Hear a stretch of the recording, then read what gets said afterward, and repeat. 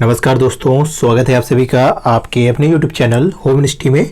दोस्तों, जैसा कि आप सभी को पता है कि हम लोग यूपीटीपीएससी एसओ की तैयारी करवा रहे हैं और उसी में दोस्तों आपका जो कॉमर्स का सब्जेक्ट है दोस्तों उसको हम लोग लेके चल रहे हैं और साथ ही आपका जो स्टैटिक्स का कंपलसरी वाला पार्ट है दोस्तों अब हम लोग उसको भी देख रहे हैं दोस्तों। तो आपको दोनों विषय की वीडियो आपको हमारे चैनल की प्लेलिस्ट में मिल जाएगी, आप वहां जाके देख सकते हैं या ऊपर इस आई बटन पे क्लिक करके भी आप वीडियो पे जा सकते हैं। तो दोस्तों आज हम लोग स्टैटिक्स में आपका जो टॉपिक चल रहा है दोस्तों अभी करंट में वो आपका इंडियन स्टैटिक्स के अंतर्गत आपका जो सिलेबस है उसमें आपका सिलेबस में 11 पॉइंट देखिएगा तो उसमें आपका इंडियन स्टैटिक्स के बारे में दिया गया है दोस्तों। तो उसी इंडियन स्टैटिक्स के अंतर्गत दोस्तों आपके अलग अलग स्टैटिक्स के बारे में बताया गया है, जैसे कि इससे पहले हम लोग आपका population statics, national income statics देख चुके हैं। आज हम लोग उसी की कड़ी में दोस्तों आज एग्रीकल्चर स्टैटिक्स के बारे में हम लोग समझेंगे और इसमें क्या क्या इंपॉर्टेंट है आपके एग्जाम पर्पज से दोस्तों उसको भी हम लोग यहाँ पे देखेंगे। तो चलिए दोस्तों शुरू करते हैं आज का टॉपिक। दोस्तों सबसे पहले अगर हम लोग कृषि सामान की बात करें और यहाँ पे दोस्तों हम लोग जो भी बात करेंगे वो भारतीय परिप्रेक्ष्य में बात करेंगे। तो दोस्तों यहाँ पे जो आपका कृषि समांक है वो नॉर्मली आपको पता होगा कि भारत क्या है दोस्तों, एक कृषि प्रधान देश है और यहाँ पे जो कृषि है दोस्तों वो असंगठित क्षेत्र में ज़्यादा विकसित है। मतलब कहने का तात्पर्य ये है कि यहाँ पे जो भी आपकी कृषि होती है वो पूर्ण रूप से साइंटिफिक वे में नहीं हो पाती है, पूर्ण रूप में या आप कह सकते हैं संगठित रूप में नहीं हो पाती है।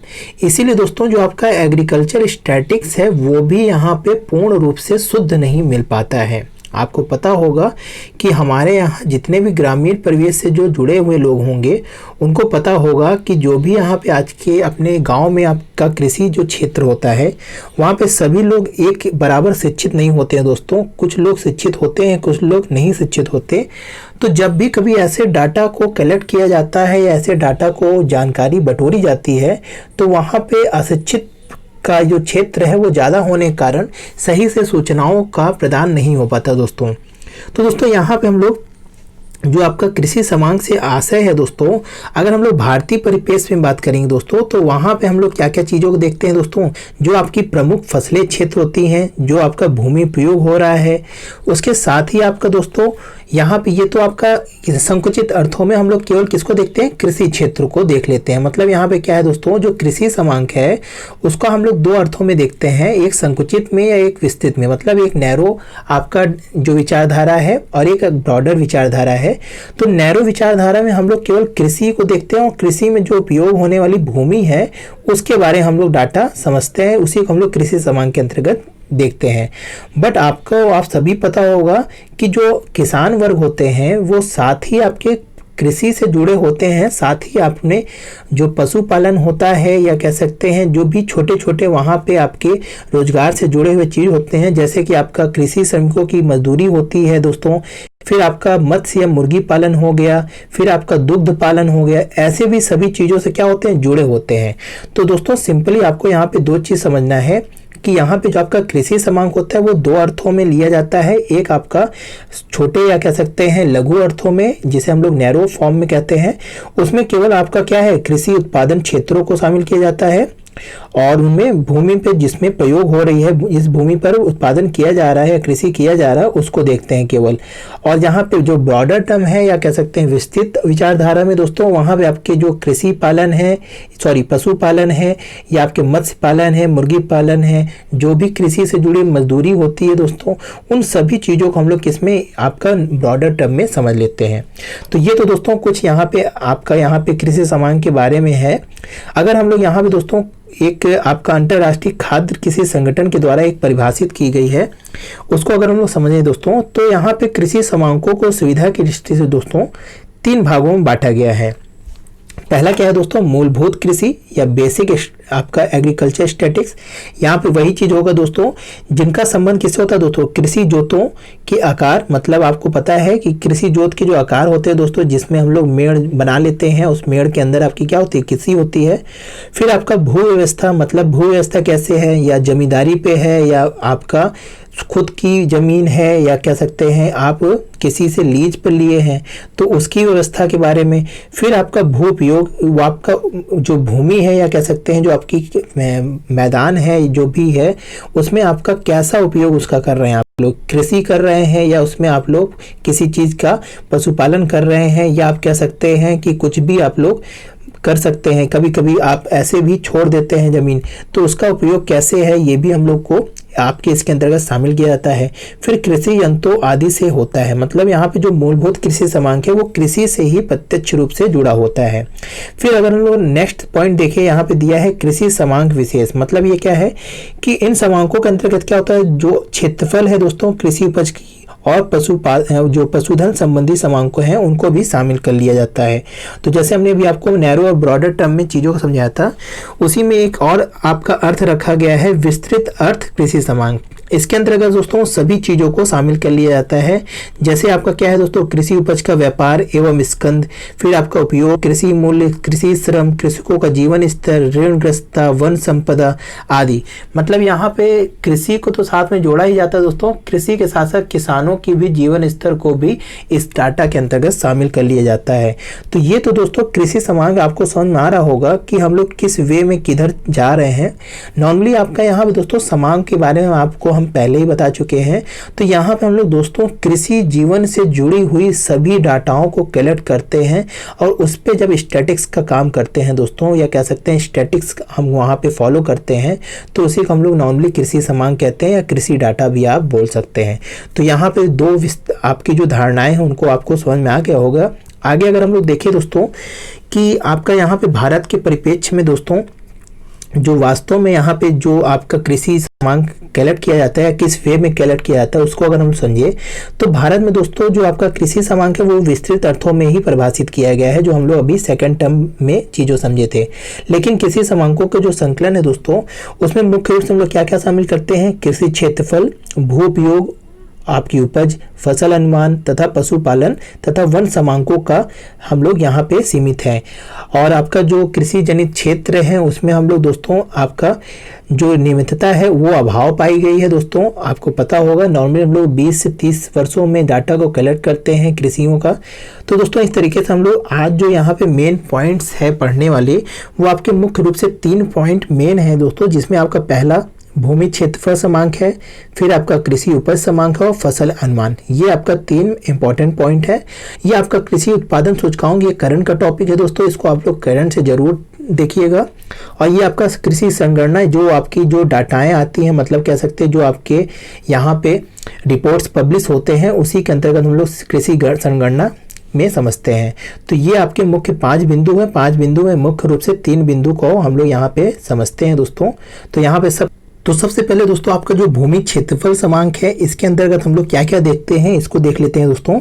तो दोस्तों क्षेत्रफल का आपको यहाँ पे जो समझ है तो वो आपको पता ही होगा कि हर आपके गांव में आपके सभी खेतों का क्या होता है, एक एरिया होता है। उस एरिया के आधार पर दोस्तों हम लोग सभी गांवों के, फिर कस्बों के, फिर इसी तरह आपके पूरे भारतवर्ष के दोस्तों कुछ यहाँ पे जो आपके क्षेत्रफल है वो निर्धारित किया गया है या मापा गया है बहुत पहले से। तो वो कितना है अभी उसको भी हम लोग बताएंगे दोस्तों। तो यहाँ पर सिंपली आपका जो क्षेत्रफल है दोस्तों उसको हम लोग 2 भागों में बांटते हैं, मतलब कि जो यहाँ क्षेत्रफल के आधार पर डाटा कलेक्ट करते हैं वो 2 तरीके से लेते हैं। पहला हम लोग उसका भूमि उपयोग समांक देखते हैं कि उस सभी क्षेत्रफलों का या कह सकते हैं सभी एरियो का उस क्षेत्रफल में किन किन चीज़ों के लिए उपयोग की जा रही है भूमि। मतलब यहाँ पे क्या है कि कितने एरिया पे आपकी कृषि हो रही है, कितने एरिया पे पशुपालन हो रहा है, कितने एरिया ऐसे बंजर पड़े हुए हैं, या कितने एरिया पे आपके दलदली क्षेत्र हैं, या कितने एरिया पे आपके पानी है या नदी है, सरोवर है। तो ये सभी चीज़ों को हम लोग देखते हैं, क्योंकि आपका जैसे पानी यहाँ तालाब से मतलब है दोस्तों, यहाँ पे सरोवर का मतलब। तो दोस्तों यही चीज़ हम लोग यहाँ पे भूमि उपयोग समांक के अंतर्गत देखते हैं। और फिर कृषि क्षेत्रफल समांक के अंतर्गत हम लोग क्या देखते हैं दोस्तों कि जो आपका इसमें कृषि वाला जो क्षेत्रफल था, इस सारे भूमि उपयोग समांक में जो आपका कृषि के लिए क्षेत्र था उसमें कितने क्षेत्र में आपके आलू की खेती है, कितने खाद्यान्न की है, कितने आपके दाल के चीज़ें हैं, ऐसे चीज़ों में यहाँ पे डाटा को हम लोग कलेक्ट करते हैं। तो आगे हम लोग चलिए देख लेते हैं इसको बराबरी से। तो दोस्तों यहाँ पे सबसे पहला आपका जो पॉइंट है वो है भूमि उपयोग समांक। तो दोस्तों आपका क्षेत्रफल समांकों से अभिप्राय आपका संपूर्ण भूमि की विभिन्न रूपों में उपयोग की जानकारी है। मतलब वही हमने कहा कि जो आपके सभी क्षेत्र हैं उनका उपयोग किन किन रूपों में हो रहा है, इसी चीज को हम लोग देखते हैं। मतलब भूमि का उपयोग आपके किन किन उद्देश्यों के लिए किस प्रकार से किया जा रहा है। तो दोस्तों यहाँ पे हम लोग जो आपकी जो भूमि है भारतवर्ष की, वो आपका यहाँ पे कुल यहाँ पे अगर हम लोग देखें तो देश का कुल भौगोलिक क्षेत्रफल का दोस्तों 32.87 करोड़ हेक्टेयर, मतलब कि यहाँ पे 81 करोड़ एकड़ है। मतलब यहाँ पे जो आपका भौगोलिक क्षेत्रफल है दोस्तों वो आपका 32.87 करोड़ हेक्टेयर है। इनमें से दोस्तों 92.7% भाग में क्या होता है दोस्तों, यहाँ पे आपकी कृषि या कह सकते हैं भूमि उपयोग के बारे में जानकारी उपलब्ध है। मतलब ये इतने डाटा को आज तक हम लोग कलेक्ट कर पाए हैं, जो अगर हम लोग हेक्टेयर में देखें दोस्तों तो 30.4 करोड़ हेक्टेयर भूमि उपयोग के बारे में जानकारी उपलब्ध है। और आपका जो बाकी शेष है 7.3 भाग, इसकी अभी तक कोई सूचना उपलब्ध नहीं हुई है। तो दोस्तों इस तरीके से आपका ये कुल क्षेत्रफल में हमारी भूमि का जो उपयोग है या कह सकते हैं उनका हमें इसी 92.7 में कितने परसेंट ये आपका या किन किन क्षेत्रों में आपका उपयोग किया जाता है, इसी को हम लोग भूमि उपयोग समांक के अंतर्गत देखते हैं। तो दोस्तों सबसे पहले आपका यहाँ पे भूमि फसलों के उत्पादन कैसे किया जा रहा है या किन किन क्षेत्रों में कैसे किया जा रहा है, इसको हम लोग यहाँ पे देखते हैं। तो दोस्तों अगर भारत भूमि उपयोग के समांकों का संकलन आपका नियमित रूप से 1884 से किया जा रहा है और भूमि उपयोग के इन समांकों को 5 क्षेत्रों में बांटा जाता है, ये भी याद रखिएगा दोस्तों। लेकिन नड्डू समिति के सुझावों के फलस्वरूप दोस्तों 1950-51 के बाद संपूर्ण प्रतिवेदित क्षेत्र को 9 शीर्षकों के अंतर्गत बांट दिया गया है। मतलब दोस्तों पहला आपका क्या है, वन क्षेत्र, यानी कि आपका जो ये पूरा क्षेत्र हेक्टेयर है उसको 9 भागों में बांट दिया गया है। उसमें आपका पहला वन क्षेत्र है, फिर आपका कृषि कार्यों में प्रयुक्त भूमि है दोस्तों, फिर आपका बंजर व कृषि अयोग्य भूमि, फिर स्थायी चारागाह योग्य भूमि, फिर बाग है, फिर कृषि योग्य बंजर भूमि, फिर परती भूमि, फिर आपकी चारू परती भूमि, फिर बोया गया क्षेत्रफल। तो इस तरह दोस्तों यहाँ पे आपका जो भूमि उपयोग समांक है वो आपका 1844 तक 5 केवल क्षेत्रों में बटा था, पर नड्डू समिति के अंतर्गत आपके यहाँ पे जो क्षेत्र है उनको 9 शीर्षकों के अंतर्गत बांट दिया गया। तो ये पॉइंट आप लोग याद रखिएगा और ये पॉइंट याद रखिएगा दोस्तों कि कितने करोड़ हेक्टेयर में आपका ये बटा हुआ है। तो ये तो दोस्तों ये पहला पॉइंट आपका हो गया कि भूमि उपयोग समांक। दूसरा हम लोग को देखना है दोस्तों क्या, कृषि क्षेत्रफल समांक। तो दोस्तों आपका जो कृषि क्षेत्रफल समांक है या एग्रीकल्चर एरिया है उसमें दोस्तों हम लोग 2 मुख्य बातों की जानकारी रखते हैं। पहला, कुल कृषि योग्य भूमि में कितने प्रतिशत क्षेत्र पे फसल बोई गई है और प्रत्येक फसल के अंतर्गत कितना क्षेत्रफल है। मतलब यहाँ पे कि पूरा तो ये चीज देखते हैं कि कितने एरिया में कृषि हो रही है और उस एरिया में कितने क्षेत्रों में आपके अलग अलग अनाजों का अलग अलग क्षेत्रफल कितना है। यानी कि आपका जैसे कि फल फूल सब्जी कितने क्षेत्र में है, फिर आपके कितने में खाद्यान्न है, कितने में दलहन है, कितने में तिलहन है। तो ऐसे क्षेत्रों में हम लोग बांट दिए रहते हैं। तो इसमें आपके जो किसी क्षेत्रफल समांक होते हैं इसमें हम लोग यही डाटा कलेक्ट करते हैं। तो दोस्तों किसी क्षेत्रफल समांकों की जो संकलन विधि है दोस्तों, इसको याद रखिएगा दोस्तों, ये 2 श्रृंखलाओं के आधार पर हम लोग यहाँ पे करते हैं। एक आपका राजकीय श्रृंखला आधार है, एक आपका राष्ट्रीय प्रतिवर्ष सर्वे आपका सर्वेक्षण श्रृंखला है। यहाँ मतलब दोस्तों क्या है कि एक स्टेट लेवल पे होता है, एक सेंट्रल लेवल पे डाटा को कलेक्ट किया जाता है। पर आपको पता होगा दोस्तों जो आपकी कृषि क्षेत्र होती है या कह सकते हैं जो आपका कृषि का क्षेत्र है वो राज्य सूची यानी राज्यों के लिए अधिकार होता है दोस्तों, उसमें लगान लेना आप लोगों को पता भी होगा। तो ये आपका राज्य सूची के अंतर्गत ही है। तो यहाँ पे जो आपका पहला डाटा है वो राजकीय स्तर पर ही कलेक्ट किया जाता है। तो आपका जो यहाँ पे पहला राजकीय श्रृंखला है दोस्तों, इसके अंतर्गत होता क्या ये भी समझ लेते हैं। तो दोस्तों इस श्रृंखला के अंतर्गत अपेक्षाकृत अधिक विस्तृत समांक उपलब्ध है, क्योंकि यह काम सरकारी स्तर पर 1884 से लगातार किया जा रहा है दोस्तों। और संपूर्ण किसी क्षेत्र को खाद्य एवं अखाद्य फसलों में बांट दिया गया है। मतलब कि खाद्य मतलब जो आपके खाद्यान्न है और जो आपके अखाद्यान्न फसल होते हैं। फिर खाद्य फसलों को पुनः खाद्यान्नों में जैसे कि दालें, मसाले, फल, सब्जियों आदि उपवर्गों में विभाजित कर दिया गया है। और अखाद्य फसलों में तिलहन हो गए, रेशेदार उपज हो गए, तंबाकू हो गए, अन्य खाद्यान्न फसलों में वर्गीकृत किया गया है। तो यहाँ पे दोस्तों आपके अलग अलग वर्गों में बांटा गया है और फिर से उसको अलग अलग वर्गों में बांट दिया गया। तो मुख्य रूप से आपका एक खाद्यान्न डाटा है और एक आपका अखाद्यान्न डाटा है। उसके अंदर आपका खाद्यान्न डाटे में आपका जितने गेहूं होते हैं, दाल होते हैं, मसाले, फल, सब्जियां, उसको रख लिया गया है। और आपके जो अखाद्यान्न है उसमें आपके तिलहन, रेशेदार, तंबाकू वगैरह को हम लोग यहाँ पे शामिल करते हैं। तो दोस्तों अब यहाँ पे जो आपका राजकीय स्तर पे जो आपका डाटा कलेक्ट किया जाता है उसमें दोस्तों ये जो आपके समांकों को संकलित करने के लिए अस्थायी एवं स्थायी बंदोबस्त के आधार पर अलग अलग रीतियों का प्रयोग करके यहाँ पे डाटा को कलेक्ट किया जाता है। तो यहाँ पे दोस्तों जो अस्थायी बंदोबस्त प्रक्रिया है दोस्तों वो आपकी बहुत पुरानी प्रक्रिया है, जिसे ही हम लोग रैयत बाड़ी आपका प्रक्रिया भी बोलते हैं। तो दोस्तों अस्थायी बंदोबस्त या रैयत बाड़ी जो आपका है 1892 में पंजाब, उत्तर प्रदेश, तमिलनाडु और मध्य प्रदेश में लागू की गई थी। और इस प्रणाली के अंतर्गत दोस्तों भू राजस्व अथवा लगान का भी निर्धारण अस्थायी तौर पर एक निश्चित अवधि के लिए कर दिया जाता है, जैसे 20 से 30 वर्ष के लिए कर दिया जाता है। जैसे आप लोग पता होगा कि 20 से 30 वर्ष के लिए यहाँ पे लीज वाला जो आपको पता होगा, जिनके ग्रामीण क्षेत्रों में आप लोग जानते होंगे। तो दोस्तों इसी तरह आपका ये आपका रैयत बाड़ी सिस्टम है दोस्तों, और इसकी अवधि समाप्त होने के बाद दोस्तों इसका पुनर्निर्धारण कर दिया जाता है। और ये आपका प्रतिवर्ष ऐसे ही यहाँ पे जो समय के अनुसार करते चले आते हैं। और ये सब दोस्तों कौन करता है दोस्तों, उत्तर प्रदेश में जिसे हम लोग लेखपाल कहते हैं या पहले पटवारी जिसे कहते थे वो करते थे। और बिहार में आपके कर्मचारी कहते हैं, दक्षिण में से करनाम कहते हैं, तो बम्बई में से तेल लाठी कहते हैं। तो इस तरीके से यहाँ पे अलग अलग शहरों में आपके अलग अलग राज्यों में अलग अलग नाम है इनका।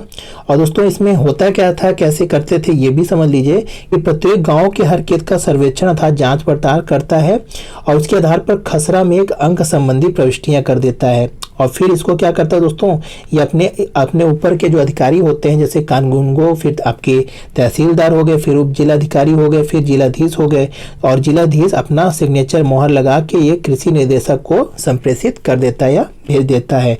फिर इसके बाद उसी चीज का यहाँ पे आपका संकलन व्यवस्था किया जाता था। तो ये तो आपकी एक पहली व्यवस्था है अस्थायी बंदोबस्त प्रक्रिया। दूसरी आपकी है एक स्थायी बंदोबस्त प्रक्रिया दोस्तों। ये आपका क्या है दोस्तों, ये कहाँ पे है ये भी समझ लीजिए। तो स्थायी बंदोबस्त का जो भू राजस्व निर्धारण है दोस्तों वो आपका मुख्य रूप से पश्चिम बंगाल, उड़ीसा तथा पूर्वी उत्तर प्रदेश में लागू है।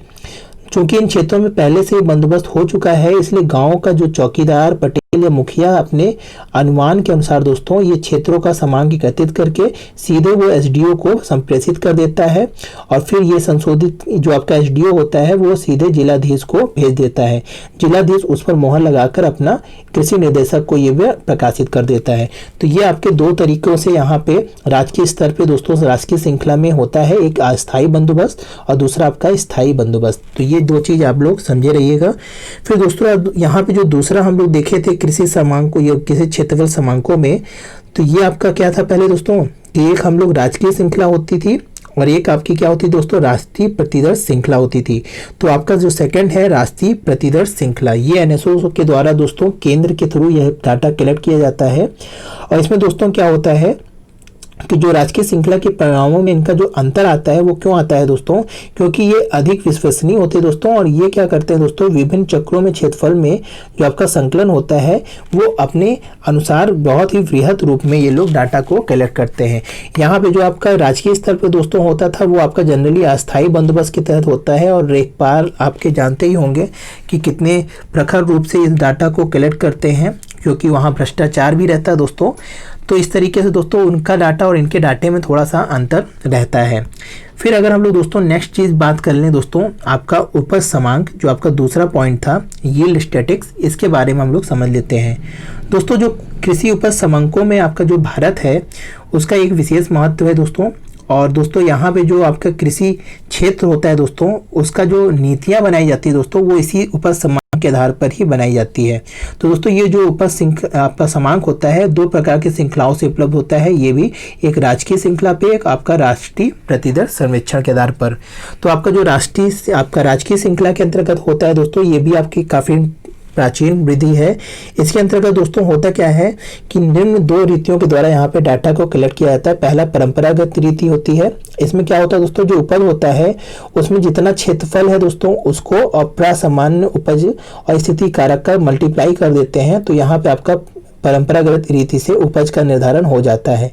अब ये जो आपका प्रशमन उपज होता है दोस्तों, वो क्या होता है कि एक औसत वर्ष में औसत प्रकार की भूमि में आपका जो प्राप्त औसत उपज होता है उसी को हम लोग प्रसामान्य उपज बोलते हैं। और स्थिति कारक का मतलब दोस्तों होता है कि आपके किसी कारणवश जो आप सही अनुमान लगाने के लिए दोस्तों कुछ दशाएं होती हैं कि आपका जो आपके अनावरी प्रणाली के आधार पर किया जाता है दोस्तों, कि पहले क्या होता है दोस्तों कि अगर बहुत अच्छी फसल होती थी उसको 16 आना बोलते थे, अगर कम अच्छी हुई तो उसे आधी हुई तो 8 आने, और अगर उससे आधी होती थी तो इसी तरह हम लोग बांटे रहते थे, जो आपका लेखपाल द्वारा अनुमान के आधार पर लगाया जाता था। तो ये आपका स्थिति कारक होती है दोस्तों, इसीलिए इसे परंपरागत रीति भी बोलते हैं। पर दोस्तों जो आपका यहाँ पे नई जो आपके दैव प्रतिचयन प्रणाली है, ये आपका एक उचित प्रणाली माना जाता है दोस्तों, और ये परंपरागत स्थिति के आधार पर नहीं होता है दोस्तों। तो इसमें क्या होता है दोस्तों, ये आपका इस क्रिया विधि में होता क्या है दोस्तों कि ये आपका क्या करते हैं कि प्रत्येक खेत में एक खादान के लिए दोस्तों 1/80 एकड़ को मान लेते हैं, और उस टुकड़े का यहाँ पे दोस्तों 1/80 एकड़ टुकड़ों का उसमें जो भी आपका जो फसल होती है उसमें आपका क्या होता है दोस्तों, उसको हम लोग यानी जैसा समझ लीजिए कि दैव प्रतिचयन का मतलब तो आप लोग जानते ही होंगे, जैसे ये आपका पूरा 80 एकड़ का जो क्षेत्रफल है उसमें से हम लोग इसका एक एरिया कुछ ले लेते हैं, और इसमें हम लोग जो उपज करते हैं उसका हम लोग यहाँ पे सब कुछ करते हैं, और फिर दोस्तों उसमें से क्या करते हैं दोस्तों, इस एरिया के आधार पर ही हम लोग पूरे एरिया का आपका यहाँ पे निर्धारण कर लेते हैं। पर यहाँ पे दोस्तों जो ये एरिया चुनते हैं पूरे में से, इसको हम लोग दैव आधार पर चुनते हैं, मतलब कि किसी भी एरिया को हर बार अलग अलग हम लोग चुन सकते हैं। तो ये तो दोस्तों यहाँ पे जो 1/80 है वो खाद्यान्न के लिए है, और आपका जो कपास तिलहन आदि के लिए है उसे 1/40 एकड़ के आधार पर हम लोग यहाँ पे लेते हैं। तो इसी तरह दोस्तों ये ICR के अंतर्गत यहाँ पे ये डाटा को कलेक्ट किया जाता है दोस्तों। तो ये आपके दो तरीके से है दोस्तों। पहला आपका यहाँ पे जो था परंपरागत रीति, वो भी एक अनुमान के आधार पे था। यहाँ पे क्या है दोस्तों, ये आपका दैव प्रतिचयन रीति के आधार पे होता है। तो यहाँ पे दोस्तों हर बार आपका जो भी फसल या जो भी जमीन है उसमें से एक टुकड़ा लेके उस टुकड़े का ही हम लोग पूरा डाटा कलेक्ट करते हैं वास्तविक रूप में, और फिर पूरे क्षेत्र का हम लोग यहाँ पे मल्टीप्लाई कर देते हैं या अनुमान लगा लेते हैं। तो ये आपके दो तरीके से उपज समान को हम लोग कलेक्ट करते हैं। दूसरा आपका वही आपका जो नेशनल लेवल पे है NSO के थ्रू, वो आपका ये करते हैं कि दोस्तों करते क्या है, ये आपके उसी तरह आपका दोनों श्रृंखलाओं के समान होता है। जो आपका ये दूसरा दैव प्रतिचयन रीति है वो भी आपका NSO से भी इसी रीति से करते हैं। तो दोनों आपका जो समांग होता है वो तुलना में बस यानी तुलना करने लायक रहता है, मतलब दोनों में अंतर जो आता है आपका वो तुलना के लिए केवल रहता है, क्योंकि ये भी आपके किसी रीति से करते हैं, दैव प्रतिचयन रीति से ही NSO द्वारा भी किया जाता है। तो ये तो दोस्तों यहाँ पे उपज समांग हो गए। अंत में आपका जो फसल अनुमान है इसके बारे में हम लोग समझ। तो दोस्तों होता क्या है कि जो आपका फसल अनुमान है उसका क्या तात्पर्य है कि दोस्तों हम लोग के यहाँ पूरा जो आपका फसल है वो किस पे होता है, मानसून पर निर्भर करता है। तो यहाँ पे हम लोग एक यानी कि फसलों का अनुमान लगाते हैं कि इस वर्ष कितने आपके फसल होंगे या कितनी अच्छी पैदावार होगी। तो इसी को यहाँ पे 3 स्तरों पे दोस्तों डाटा को कलेक्ट किया जाता है, हर फसलों का अलग अलग स्तर पर ही। तो दोस्तों ये आपका यही चीज़ है कि फसलों का अनुमान पहले लगा लेना, फसल उगने से पहले ही, उसी को हम लोग फसल अनुमान कहते हैं। भारत में दोस्तों फसल अनुमान का कार्य 19वीं शताब्दी के उत्तरार्ध से ही प्रारंभ हो चुका था, और पहली बार 1884 में गेहूं के फसलों का अनुमान लगाया गया था। इस समय दोस्तों कुल 38 फसलों के नियमित अनुमान यहाँ पे किया जाता है, और इसका वार्षिक पत्रिका भी प्रकाशित किया जाता है दोस्तों। तो यहाँ पे जो मेन फसलें हैं दोस्तों वो आपके खाद्यान्न हो गए, फिर आपके दालें हो गए, रेशेदार फलें हो गए, फिर बाग उपज हो गया, फिर अन्य फसलें जैसे गन्ना, तंबाकू, मिर्च का यहाँ पे अनुमान लगाया जाता है।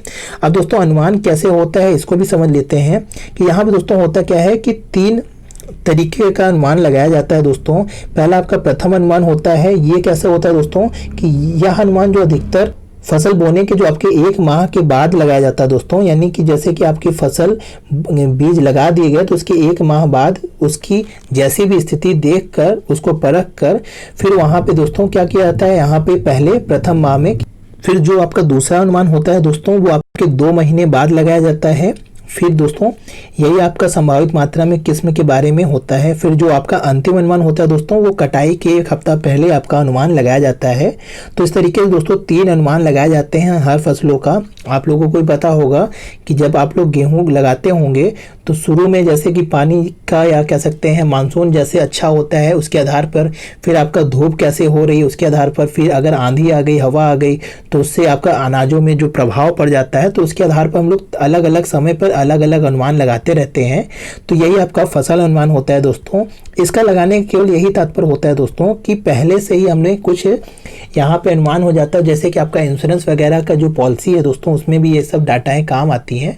तो कुल मिला के दोस्तों यहाँ पे जो समांक है वो कृषि से रिलेटेड समांकों को कलेक्ट किया जाता है अलग अलग स्तर पर, अलग अलग हिसाब से।